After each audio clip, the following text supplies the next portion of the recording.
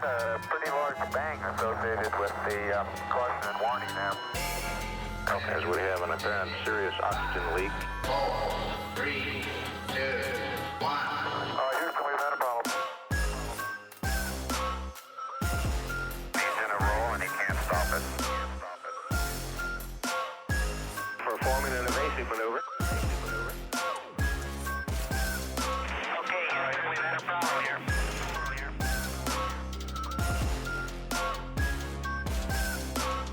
I think we need to do a little more all-weather testing. Welcome to space.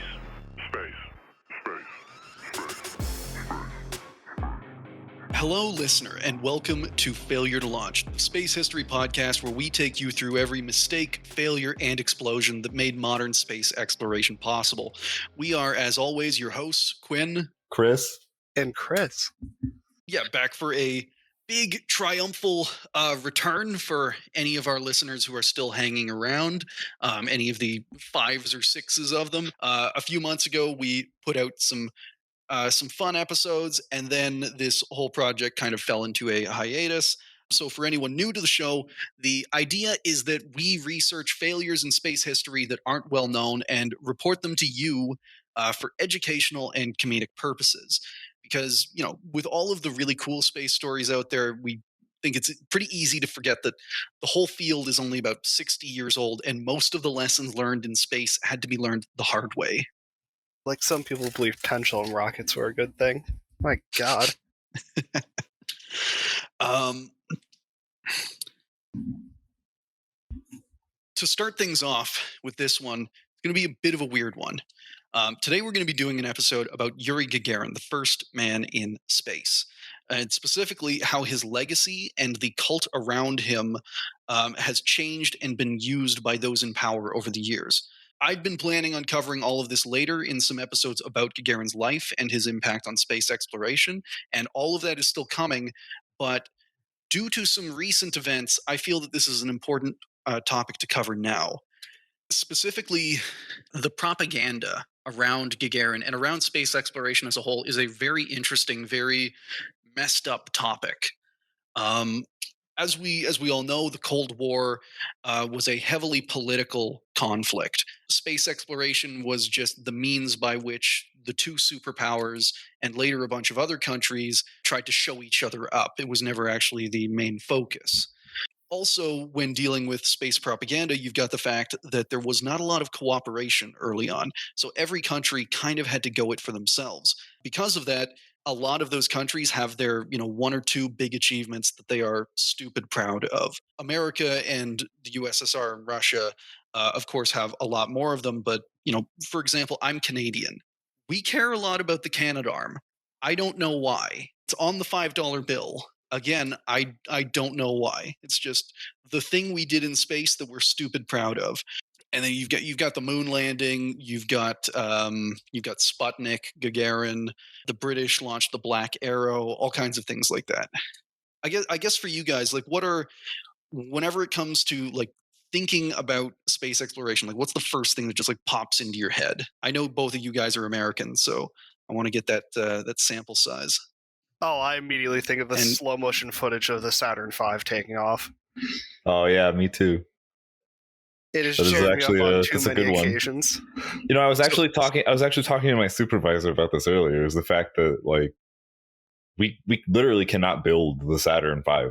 Oh, the amount of bespoke components and the amount of bespoke components and like the fact that probably most of the guys that had any hand in engineering that thing have like passed away by now, assuredly. Okay, but like you can't. I get that, and there is a lot of discussion around that kind of stuff. My personal take on it is not to invalidate what you're saying. We can't build the right airplane either. We don't have assembly lines that can churn out Shermans or T-34s or Spitfires or anything like that. It's simply gone in a different direction. Maybe the Saturn V should have been kept around. Maybe we should have kept those plans handy. But I mean, the unfortunate reality of the situation is that the government isn't very good with money, right? So absolutely not. It's more cost effective to have corporations do it, whose primary interest is the bottom line.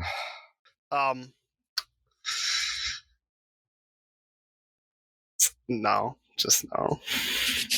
What do you mean? No. It's reducing their costs as much as possible while offering a service to people for as much as they can get. While getting colossal tax kickbacks. Yeah, there you go, man. Yeah. That's it. That's it. I mean, we're not going to have a Saturn V again because we don't need a rocket that big, you know? I mean, there's definitely markets for it. And also, enough heavy launch systems do exist to get around that problem.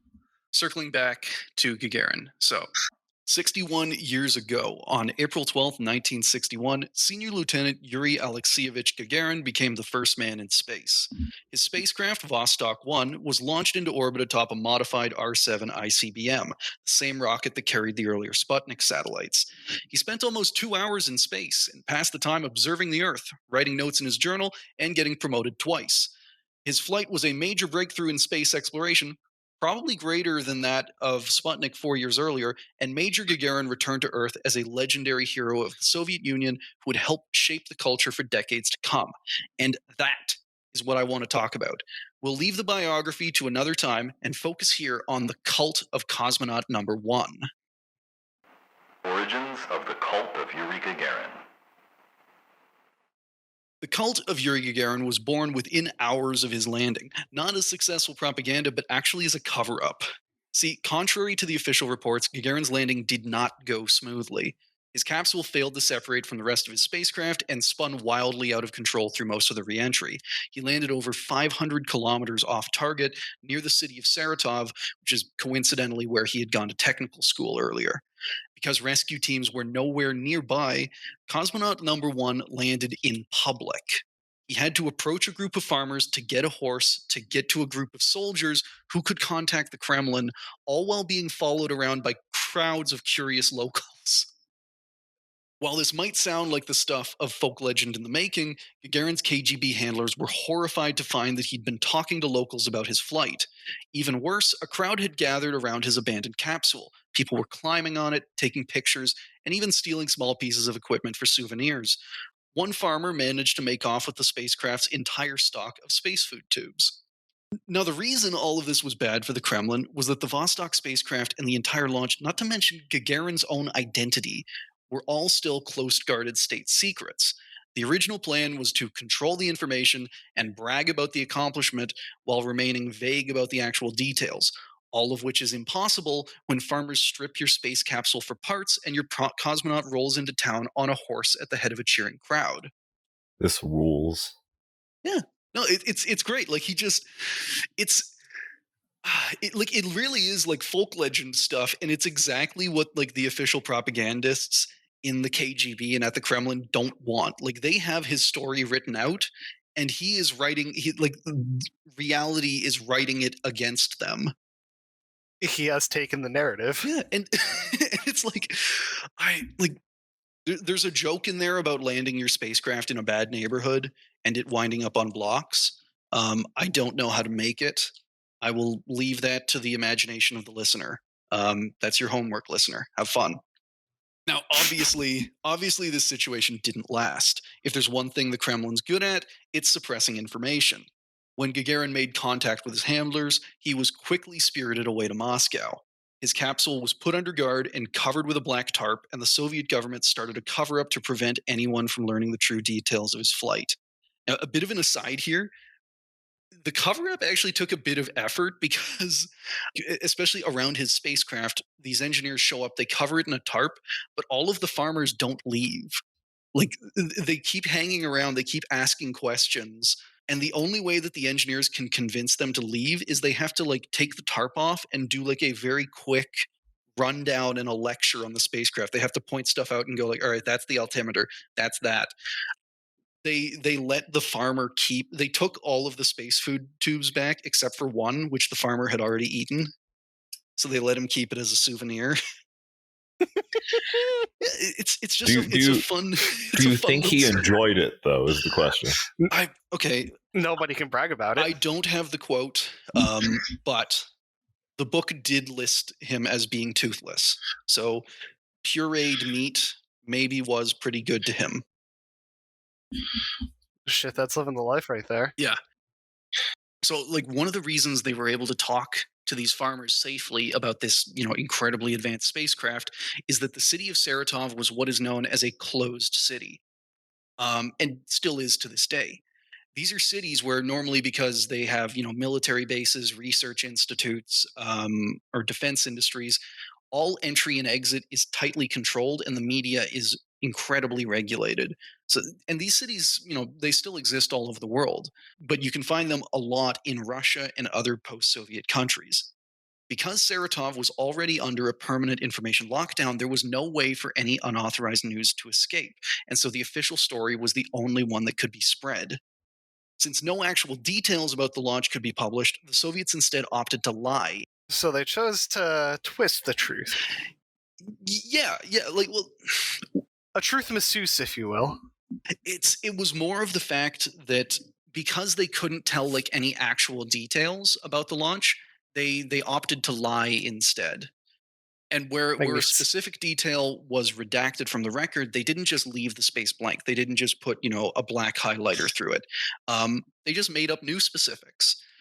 As we'll see later, like with Soviet propaganda, one of the things you notice a lot is that all of their rockets look like the stereotypical V2 Tintin rocket. And that's because it was banned by law for Soviet propagandists to draw accurate rockets because they wanted it to be that secret. El Generico rocket number 2. Exactly. Yeah. And we'll see some examples of that later. But for now, yeah, the idea was to allow Khrushchev to brag about his achievement without giving away any secrets to Western intelligence agencies. But that still left hundreds of millions of Soviet citizens waiting to hear about their newest space breakthrough. To give you a bit of an idea, I'm going to quote from the very good book, The Cosmonaut Who Couldn't Stop Smiling by Andrew Jenks. Quote, due to the strict regime of secrecy and national security, the Soviet space program, unlike NASA, was managed by the political leadership and by the military industry. Journalists were allowed to publish virtually nothing about the engineers whose technology had launched Gagarin into space. Sergei Korolev, the father of Soviet rocketry, was publicly known as the chief designer. Unable to discuss much else, Soviet journalists focused on the biographies of the cosmonauts, a convenient diversion, it should be noted, from the technological details of the flight, a kind of curtain that disguised the working side of the cosmonautics experiment. The upshot of all this was an intense personality cult focused on Yuri Gagarin. For the sake of brevity, I'm going to leave a lot of details about Gagarin and his actual life for later episodes. We will talk about that, just not now. Here we're going to focus on his legacy and how the propaganda narrative around him changed with time. And it's important to note that the Gagarin cult actually started off pretty slow. While the celebrations were immediate and he became a great hero of the land, at first the Kremlin was content to let his life, speak for itself. His life was a very good story. It was part of why they had picked him to fly first. Gagarin had grown up a peasant, survived Nazi occupation, and worked his way up to being a pilot. He had both the proletarian credentials of a peasant and the relatability of a normal Russian dude from the country. He was a down-home farm kid. All of this made it very easy for people to relate to him and for his achievements to make regular Soviets feel good about themselves. Gagarin wasn't impossibly above them, and he was living proof of what any Russian kid could accomplish. The propagandists didn't need to write much of a story because it wrote itself. Combine this with a major push to spread televisions and radios to every farm in the country, and you had millions of Soviet citizens hanging on his every word. My favorite thing so far about Gagarin is that his story ruled, and then they went and they had to make it so that every time there was a new premier, right? The leader of the Soviet Union is the premier. Am I getting that right? Yeah. When there is a new premier of the Soviet Union, they have to redesign him so that he's like them. Well, yeah. Or closer to their approximation of the ideal Soviet, which would be themselves. It's actually kind of funny because there's a lot of statues of Gagarin around, and there's the classic thing is, oh, here's a statue of him by himself, here's a statue of him with Sergei Korolev, showing that they basically had like a father-son relationship. There's also a bunch of him just hanging out with different Soviet premiers, including ones who became premier after he died. So it does rule. It does rule. It's just like, man, you know what? Soviet time travel? Yeah, or I don't know, maybe if I want to give them the benefit of the doubt, maybe it's like, before they died. I much prefer, on the other hand, it'd be like if a US president was just like, hey, paint me with Lincoln. Paint me hanging out with Neil Armstrong on the moon. Just slapping hands. Creating new Gagarins. So, yes, previously we talked about how the propagandist did not need to change his Yuri Gagarin story because it was already the perfect proletarian story. But this was the Soviet Union, and no good story can't be edited into a great story. When the changes did come, the first thing to actually happen was surprisingly enough, it was a reshuffle of his family. Gagarin's mother was an eager adopter of the cult and reveled in her newfound fame, even becoming the de facto director of the Gagarin Museum in their hometown. She was also propped up as the perfect mother, whose superior mentoring had shaped the perfect Soviet child. Yuri's brother and father were different stories. His brother had a drinking problem and mental health issues, both heavily stigmatized by Soviet culture. Furthermore, he was living proof that maybe Anna Gagarina wasn't the perfect mother. It was thus convenient to write him out of the narrative. Yuri's father, Alexei, meanwhile, was very public about his hatred of the cult developing around their family. He was a communist hardliner and a strong believer in Khrushchev's de-Stalinization policies. He was personally offended that his son would gain a cult of personality like Stalin had. When he found out that their hometown had decided to change their name from Gazatsk, I butchered that pronunciation. We will put it on the video for the viewers. To Gagarin, he shouted, "Why is it always Gagarin this and Gagarin that? He didn't found the city. He didn't build it. For 250 years, people have lived and worked in the city. You have to respect history." Yeah, I want to take a second to just talk about the irony of this man living in the Soviet Union and demanding that they respect history. He had to have known. What, you mean the whole Ukrainian autonomous region thing? No. I'm just talking about this, how many times have people been edited out of pictures? How exactly. Many times this is not cities new. renamed? Oh, that one's my favorite. The one with Stalin and the guy who doesn't matter because he got erased from the picture. I can't even remember what his name is because the propaganda was so effective, Gagarin's dad wasn't cool with Brezhnev, wasn't cool with the cult of personality developing around his son, and made it very clear that he didn't like that. So they wrote him out of history. But just the fun thing is that they didn't entirely write him out. See, he doesn't show up often in Gagarin's official histories, but when he does, he's often actually depicted as Yuri's uncle, which I love. I love that the Kremlin can just point at someone and go, "Oh, you have some complaints? You're demoted." You're demoted to uncle. They demoted a man to uncle because they didn't agree with him. They didn't disappear him. They just made son. They made his son not his son anymore. I've demoted you to Uncle Pray. I don't demote you further. I'm gonna make you a second cousin if you don't shut up. I've altered the family lineage. Pray I don't alter it further. Perfect. Anyway, once they start reshuffling his family and the cult was going in full swing, a sort of dam broke with the propagandists. If you can turn a father into an uncle and delete an inconvenient brother, what's to stop you from editing everything else about the great hero? The censor started off by editing his childhood, streamlining it to better fit the idea of a hardworking Soviet lad from the country. People who knew Gagarin or had grown up with him were flown to Moscow for meetings with the KGB, where they were given the scripts that they would tell journalists asking about Gagarin. Everything was tuned to present Gagarin as the paragon of Soviet manhood, from his altered childhood to his new family.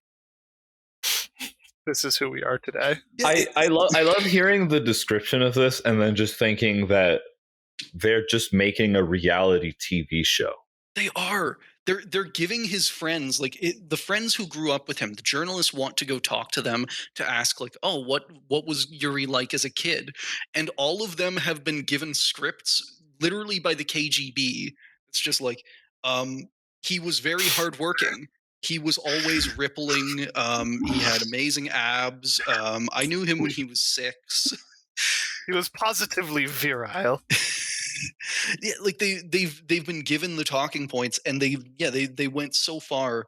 And those journalists were also propagandists, so they were propagandizing they were lying to the liars, who would that's beautiful. who would then take those lies and then lie about them. So the Soviet citizens were getting like multiple layers of like refried lies being sold to them that slowly went from, this is a cool Soviet dude, and like this guy shows that any Soviet kid who works hard can be a spaceman, and they start like turning him into a superhero. And later we're going to see this actually becomes a problem. Oh no.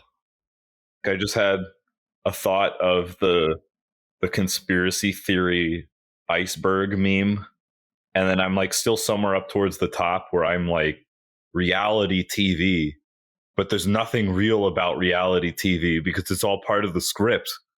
There's nothing real about it, like. And then somewhere far, far, far below the surface is your dad is your uncle. Yes. Gagarin was giving speeches about his family and his experience growing up. At some point, they had to tell him, hey, by the way, we rewrote a little bit. You might see that footnote there. Your dad had to cut him. Your brother doesn't exist. Don't talk about him. Cool.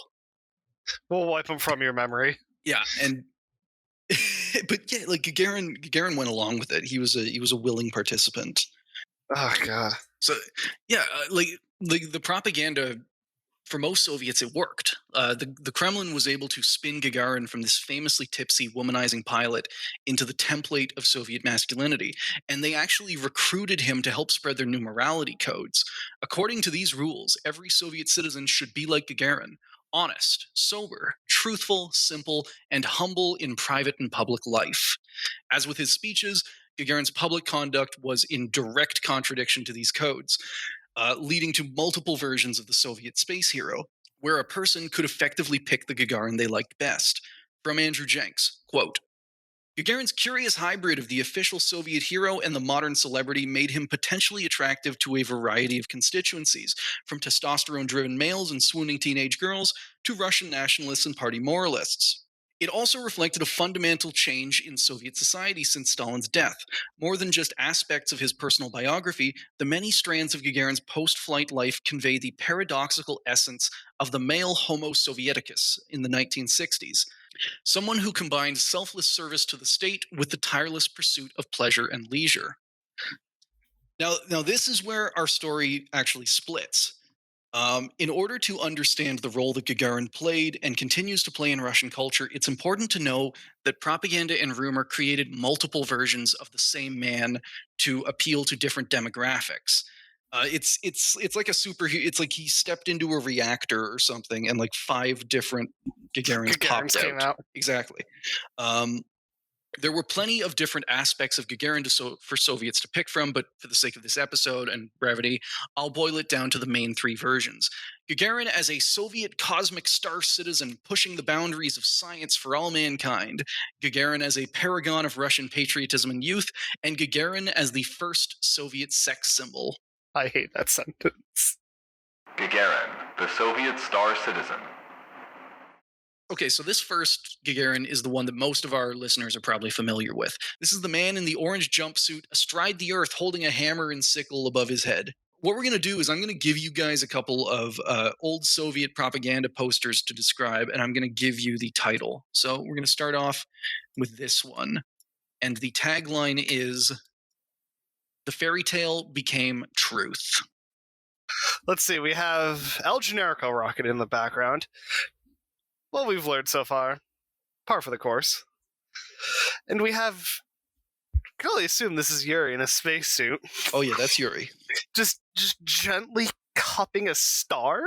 Yeah, and this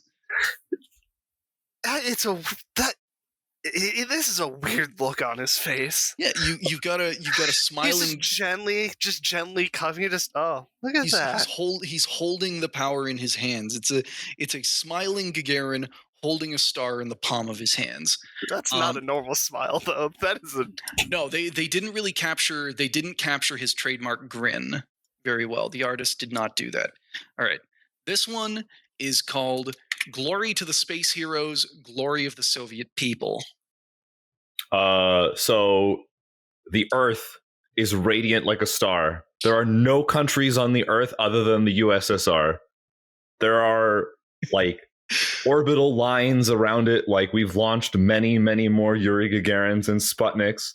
And Yuri Gagarin is leading a procession of the proletarians who are slowly turning into cosmonauts from peasant farmers.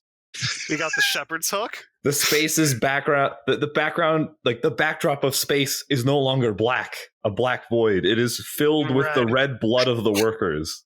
Stars twinkle in the background. You've got the welder on the left there. You've got the farmers in the middle, and then it's right into cosmonauts, scientists, and leading them all is Yuri Gagarin, who's holding like a notepad, and he's gesturing like, "Look, this is what we've done. This is what I did."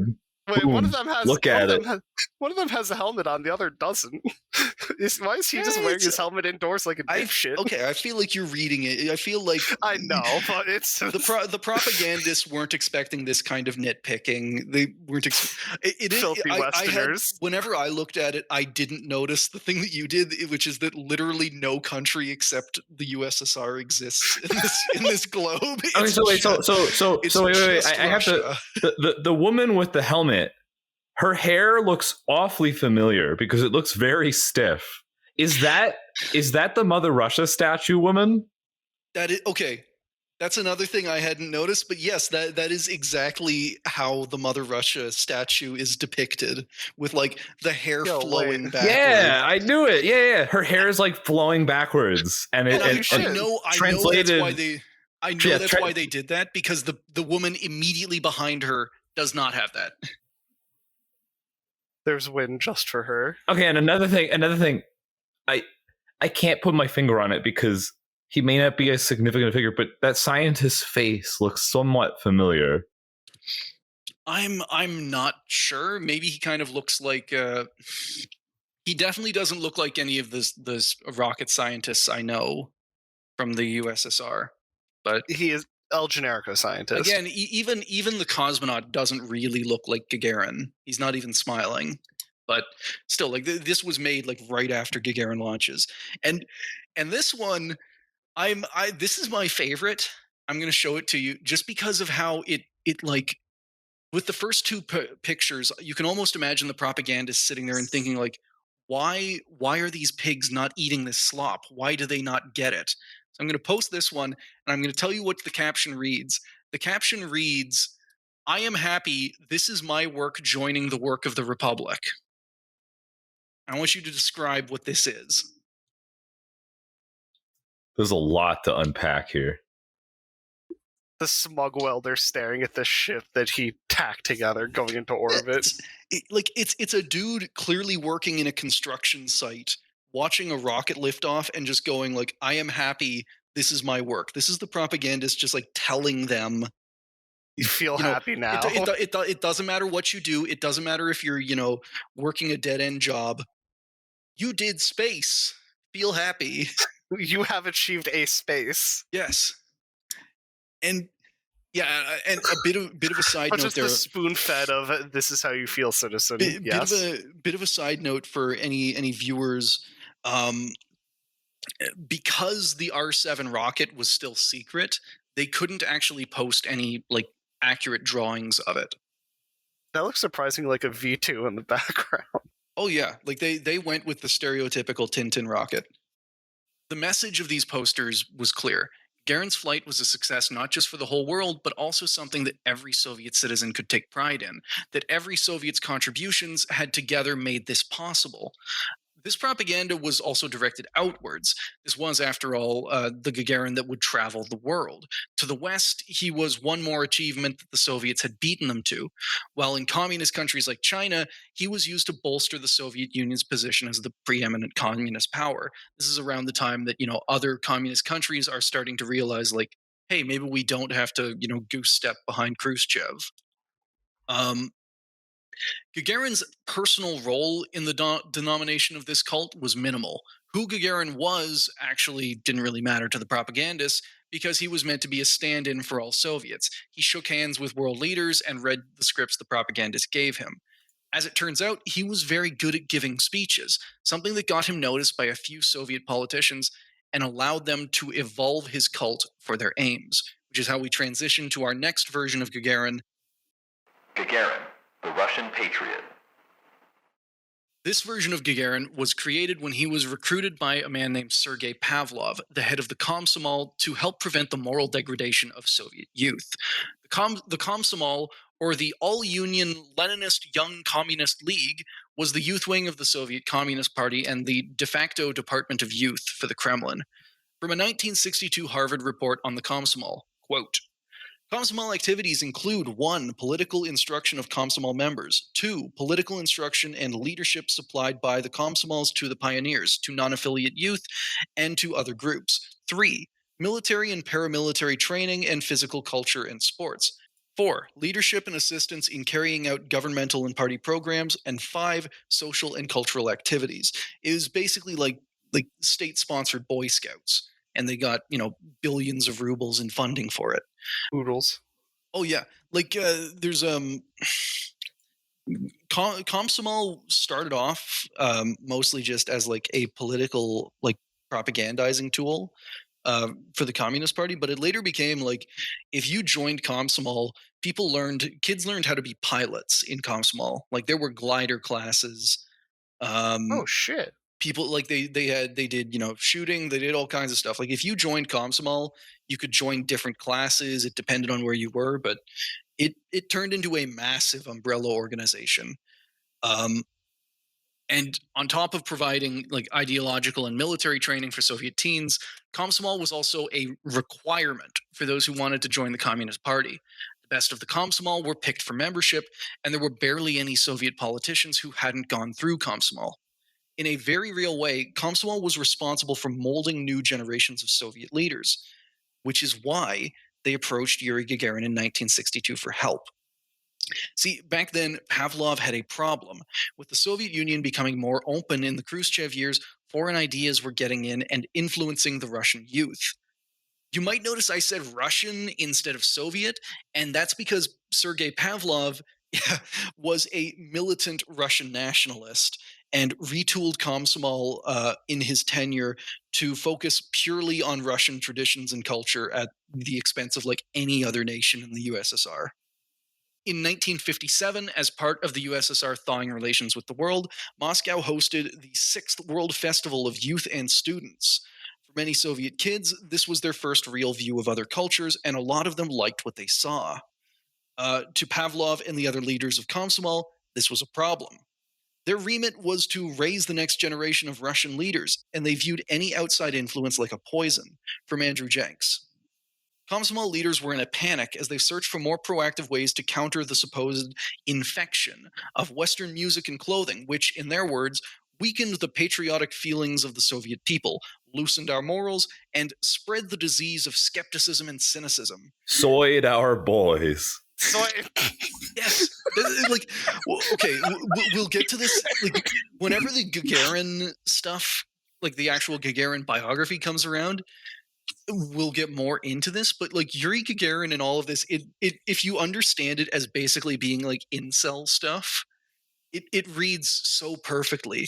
Like Pavlov and Gagarin were so concerned about like the West feminizing Russian men and like putting fluoride in the water, and they host the 6th World Festival of Youth and Students, and like basically all these kids from all around the world show up, and then Russian kids get to like meet them and go like, oh hey, this is what a Finnish kid is like, and like Pavlov is sweating buckets. It's like watching these ideas get spread around. Those filthy ideas. They take the ideas more seriously than like Russia did coronavirus. Oh, Jesus Christ. And so no, little Timmy, don't commit thought crime. So like they see this disease spreading, and to Pavlov, Gagarin was the perfect way to fight that disease. Soviet propaganda figures at the time were mostly old war heroes, people Soviet youth couldn't really relate to. And just a quick aside here, at this time, that was actually like a big divide in Soviet culture, was people who had been old enough to fight in the war and people who hadn't. And there was often this big kind of like, it was like the anti-okay boomer kind of thing. It was like if you were older and a kid was, mouthing off to you, you basically just say like, yeah, what'd you do in the war? Oh, nothing? Yeah, shut up. And since all of these like big figures, all of these Soviet heroes were war figures, Gagarin was the first one who actually like they could somewhat relate to. All these Soviet kids, I mean. Hello, kids. Yes, my fellow children. So yeah, Gagarin was the first new hero that Soviet youth could look up to. Crucially, he also had a sense of humor and style. Like with a lot of the propaganda, Gagarin was not just some casual observer thrust into the spotlight. He was an eager adopter of Pavlov's ideas and jumped at the chance to be the new role model for Soviet kids. By all accounts, like he really believed this stuff. Starting in 1962, around the same time he became head of cosmonaut training, Yuri Gagarin started giving speeches at Komsomol rallies and writing opinion pieces for their newspaper, Komsomolskaya Pravda. His enemies were the so-called styliagi, Soviet kids who had started copying Western cultural trends in clothing. They basically think of them as the hipsters of their time. The idea was to position Gagarin as the ideal model of a Russian man, someone of clear greatness, but also someone that any Russian could aspire to be. Komsomol had to walk a very thin line with this. Quoting from the Komsomol Bureau of Propaganda in Defense and Athletics. It is important to remind people that the cosmos is being explored, not by some supermen, but by simple folk who come from the people. So if they praised Gagarin too much, they risked making people think that his example was impossible to follow. In speeches and articles, Gagarin made clear his peasant upbringing. In a speech in Kaluga in 1964, he said, "Yes, I love these small Russian towns. You know I'm from Gazatsk. It's also very pleasant, green, and very Russian." Very Russian. The most Russian town there ever was. By the time of Gagarin's death in 1967, Komsomol had set up Gagarin clubs all around the Soviet Union where kids and teenagers could learn all the skills that made the great Yuri Gagarin the hero they all looked up to. The adoration for cosmonaut number 1 had long since taken on a culty sort of attitude, and this was only increased in his death, adopting new and freakish elements to match whatever the Kremlin and Soviet culture required him to be. The major theme was to teach Soviet citizens and children how to be like Gagarin. In the 1970s, amid a revival of Russian folk culture, school students started being instructed in Gagarin's childhood games. Gorelki. A kind of hide-and-seek. Lapta. A traditional ball and stick game. And Volchok. Pin the tail on the donkey. To encourage more students to pursue science and engineering, Komsomol opened Gagarin Institutes, specializing in aerospace and orbital mechanics. Even after his death, his mother maintained her popularity and took her cult on the road, teaching parents the proper ways to raise their children into the next generation of Gagarins. Gagarin, the sex symbol and celebrity. More than anything, Gagarin distinguished himself from earlier Soviet heroes as a sex symbol. He liked to be photographed working out, swimming, playing sports, or just shirtless. He also had a personal charisma that figures like Alexei Stakhanov, the legendary coal miner who mined 14 times his quota in one day, lacked. He had a sense of humor and always seemed to be smiling. All of this, the Soviet rumor mill jumped on. Stories emerged of Gagarin winding up in orgies during world tours, or that he spent more than a few nights with Italian actress Gina Lollobrigida. Soviet women were also fascinated with Gagarin.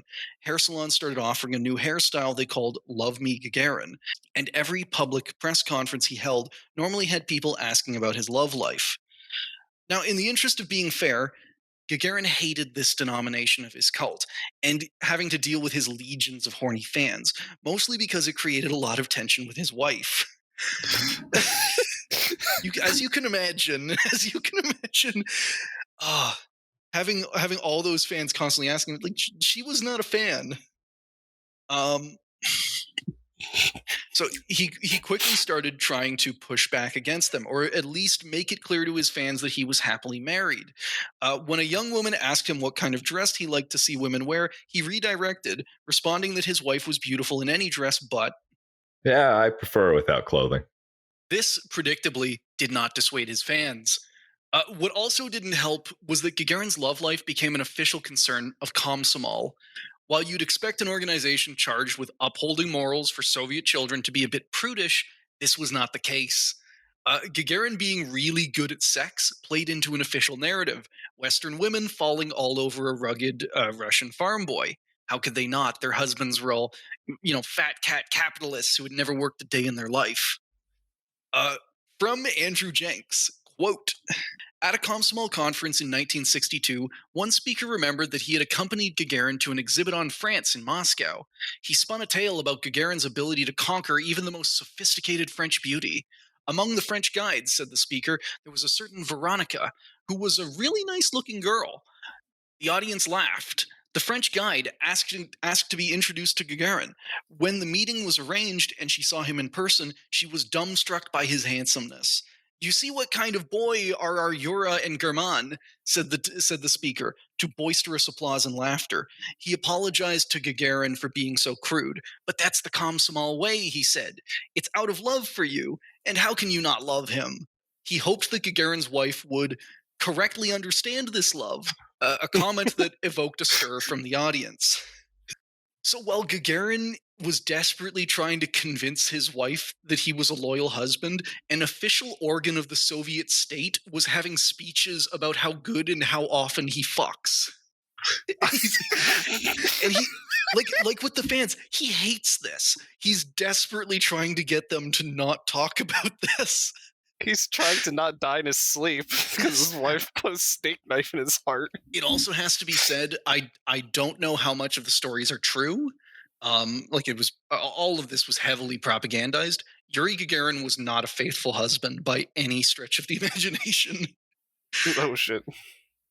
Now, Yuri Gagarin was not just a sex symbol. In the years after his flight, he came to occupy a strange role as a decadent celebrity in a communist country. He was the first Soviet tourist, traveling the world and seeing the sights at a time when Soviet citizens could only hope to travel inside the country. He met politicians and royals, but also bumped elbows with actresses and supermodels at the best parties. He loved taking the Matra jet, a sports car he'd been given in France, on joyrides around Star City, while his official car, a solid blocky Volga, went largely unused. Most notably, and this is actually kind of a fun one, Yuri Gagarin, the first man in space and hero of the Soviet Union, was the founder and first head of the Soviet Water Skiing Association. Immaculate. For all his fame, sometimes his antics got him into trouble. To protect himself, Gagarin had his sports car painted the more official black, just as he had suggested that water skiing was a perfectly proletarian sport. The sport that you need a motorboat to do.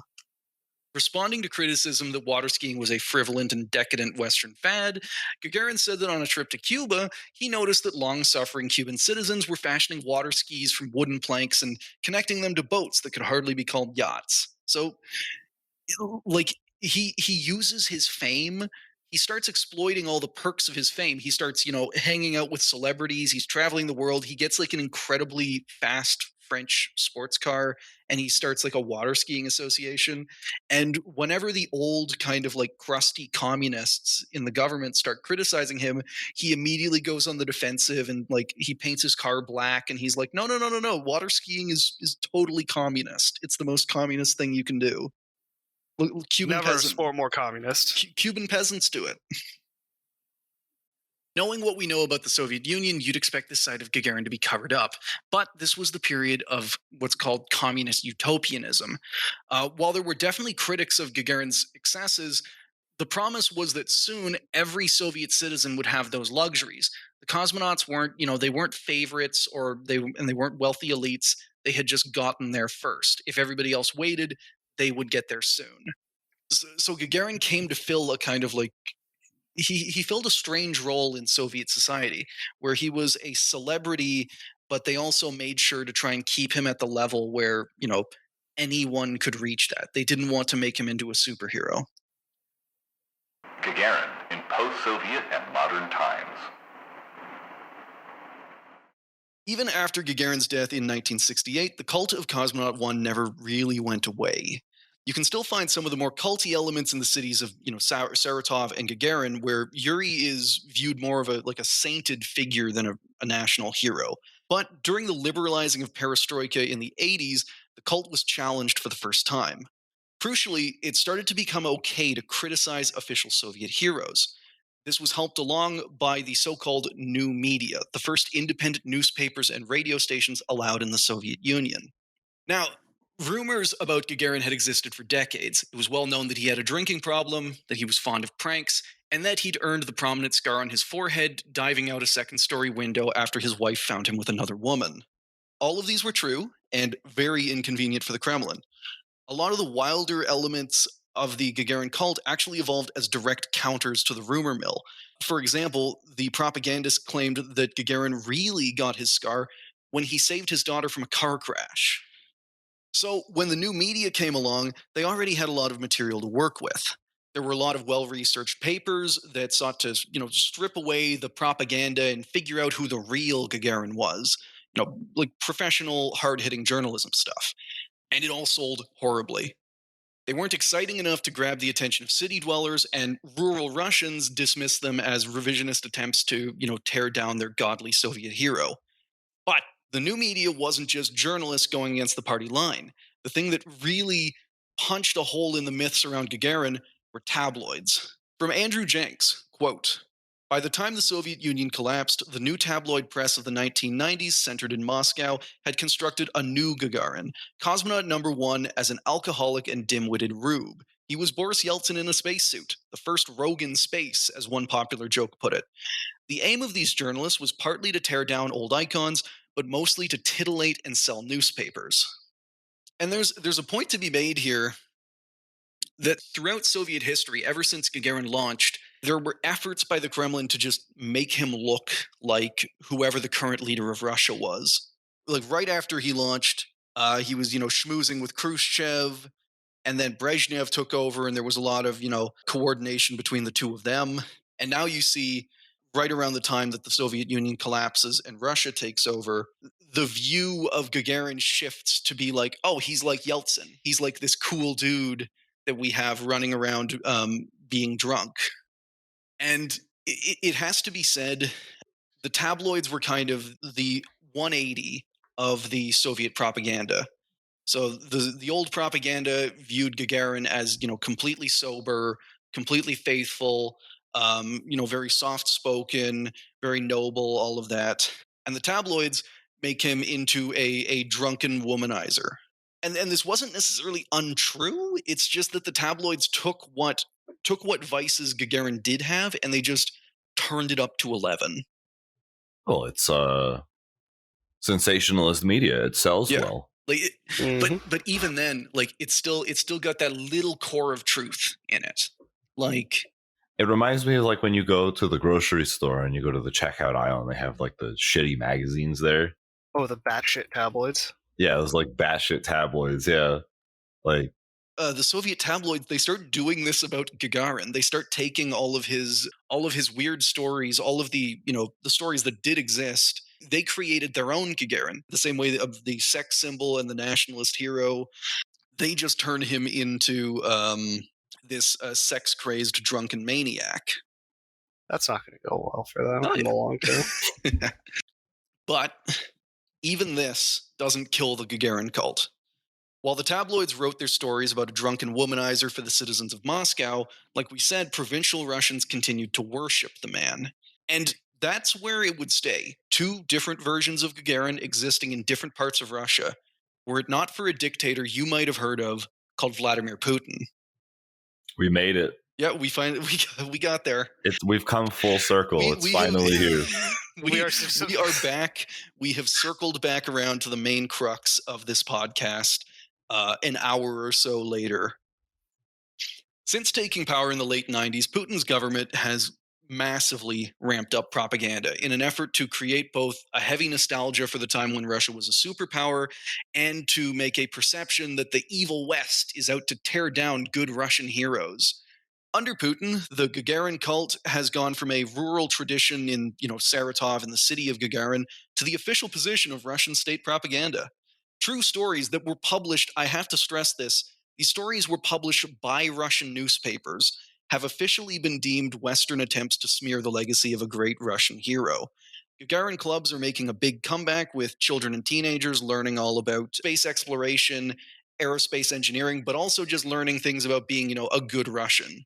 And Gagarin's family, especially his daughter Elena, are getting increasingly litigious with anyone who dares publish the truth, suing them or even getting them blacklisted.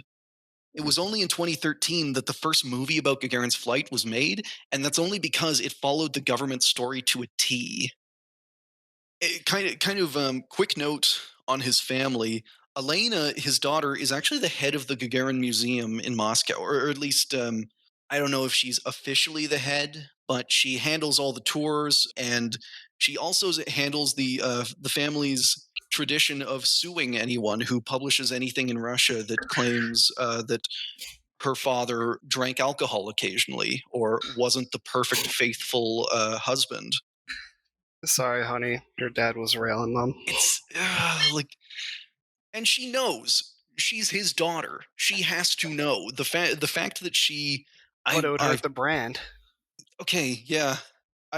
What if she's there's the word for that. I'm trying to remember what it is. Or it's like you've been denial. High on, no. You've just been high on your own shit for so long, and it's now like you're undoing. You fooled yourself. Deluded yourself into thinking that your bullshit is just the real thing. So maybe the Gagarin family has just maintained this lie for so long that they've gone full circle, and now Elena Gagarina is a full-on believer that her father was a perfect Soviet superhero.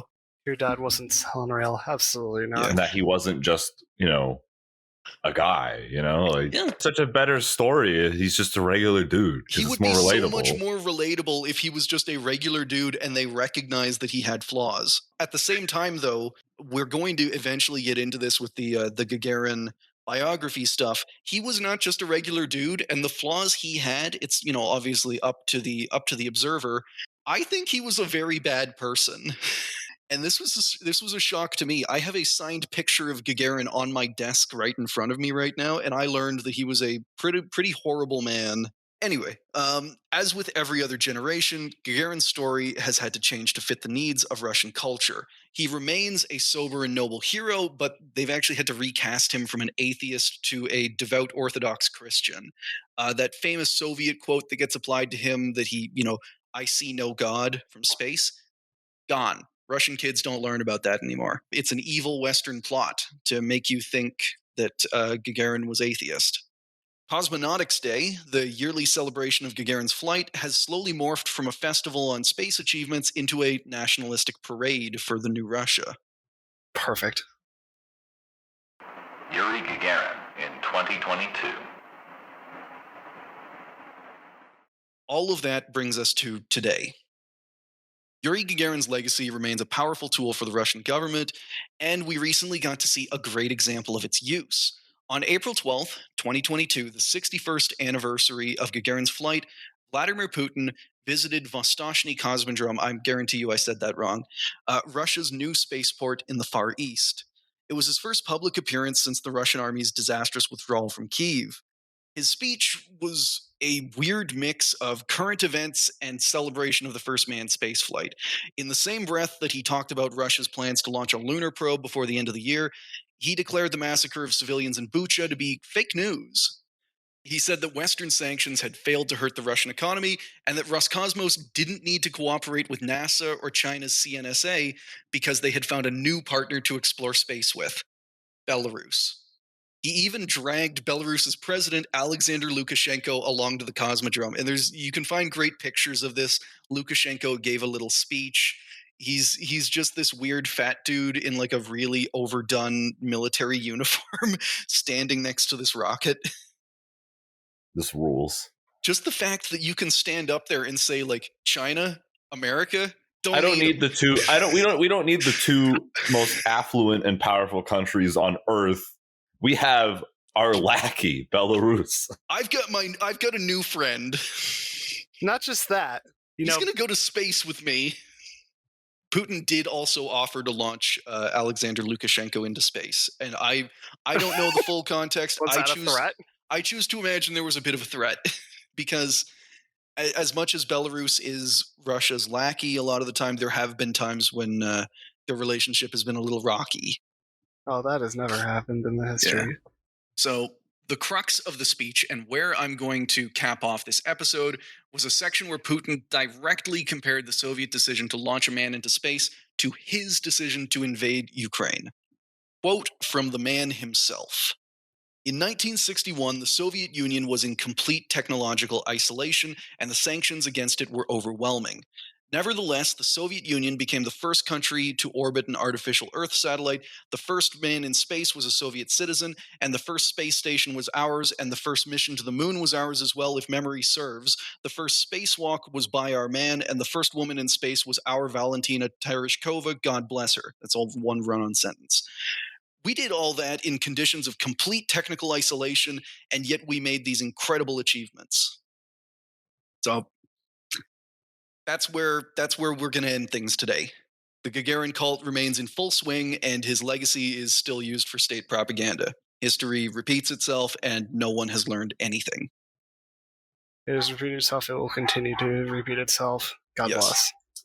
History repeats itself, and no one ever learned anything. Except for the listeners today. Oh, they're the real winners. Our true winners. Our wonderful, beautiful listeners. And on that note, thank you all for listening or watching if you're on YouTube. Like we said before, we're going to be keeping to a once every 2 weeks schedule. And with the next episode, we're going to be getting back into the story of Sputnik 1. Oh, God, I can't wait. It's gonna be great. I love my shiny ball.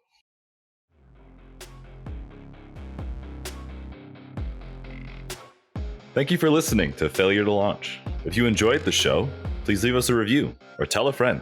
Everything helps. If you want to follow us, contact us, or suggest a topic, you can email us at launchfailurepodcast@gmail.com. We're also on Twitter at launch_failure. Failure to Launch is hosted on Anchor, and we post on Apple Podcasts, Stitcher, Spotify, and Google Podcasts. We also post our episodes with visual aids on YouTube at Failure to Launch. All music was provided by DJ Danarchy.